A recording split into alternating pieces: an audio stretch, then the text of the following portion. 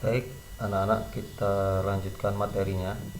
Setelah kita kemarin membahas tentang tegangan listrik atau arus listrik yang masuk ke yang ada di dunia ini, maka pada pembahasan komputer kali ini kita akan membahas tentang arus listrik yang masuk pada komputer.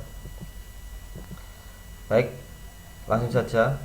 Untuk arus listrik yang masuk pada komputer itu melalui power supply. Nah, pada tampilan ini ada casing komputer, di mana power supply pada casing komputer itu terletak pada lingkaran yang berwarna merah. Power supply sendiri adalah perangkat keras yang terdapat dalam casing komputer yang berfungsi untuk mengatur daya atau tegangan yang dibutuhkan oleh komponen-komponen yang terdapat pada peralatan komputer. Beberapa contoh komponen komputer yang membutuhkan bantuan power supply adalah: yang pertama ada kipas heatsink atau kipas yang ada pada komputer, hard disk, CD-ROM, dan motherboard. Ini adalah gambar dari power supply.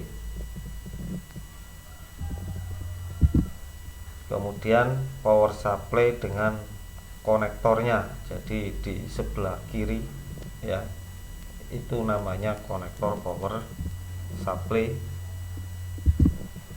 Kemudian power supply dengan nameplate ya, yang akan menjadi bahasan kali ini adalah kita akan membahas tentang tegangan-tegangan yang ada pada power supply, di mana pada kabel konektor tadi ada berwarna-warna kabel ya, akan tapi pada gambarnya ini tidak ada warnanya, nanti akan saya tunjukkan di power supply-nya. Ada tegangan 3,3 volt, 5 volt, 12 volt, 12 volt, min 5 volt. Min 5 volt ini sebenarnya sama dengan plus 2 volt, 5 volt. Kemudian min 12 volt ini juga sama dengan plus 2 volt. Kemudian alat untuk memeriksa tegangan power supply, yang pertama yang kita butuhkan adalah kabel power ya. Kemudian yang kedua power supply-nya sendiri. Kemudian yang ketiga ada kabel jumper yang akan kita pasang pada konektor. Dan yang keempat ada multitester atau avometer.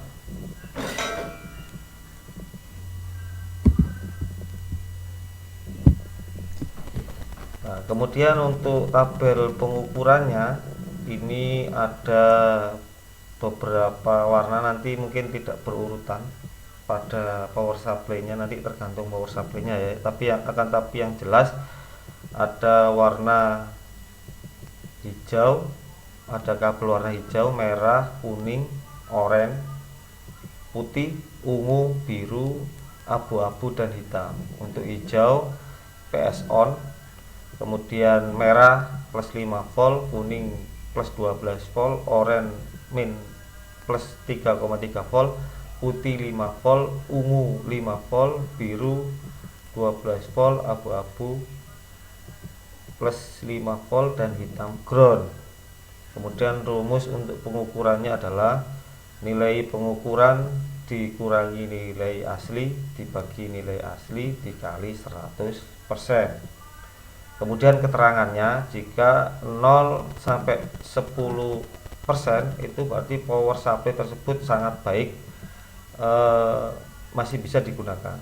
Kemudian 10 sampai 25 volt itu juga masih kategori baik, jadi masih bisa digunakan, cuman dalam jangka waktu yang tidak lama. Jadi mungkin 3 bulan sekali seperti itu, membutuhkan perawatan, kemudian diukur power supply-nya. Kemudian kalau sudah di atas 25% sudah dapat dipastikan bahwasanya power supply tersebut telah rusak. Jadi harus diganti dengan yang baru ya.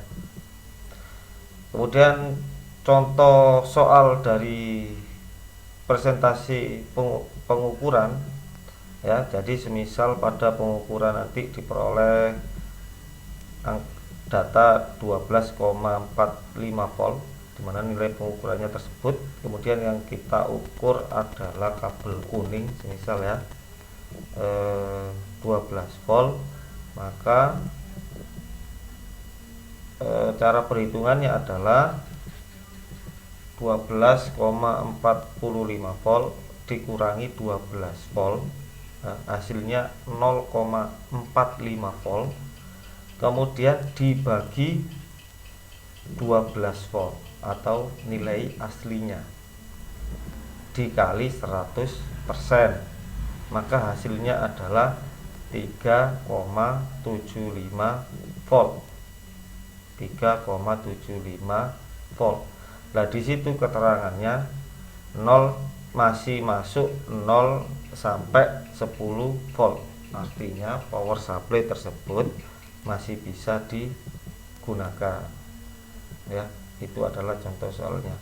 Baik, kita praktekkan saja, kemudian nanti kita lihat keterangannya pada nilai avometernya, kemudian Anda catat pada nilai pengukuran, kemudian presentase hasil, kemudian keterangannya bagaimana. Kita lanjutkan.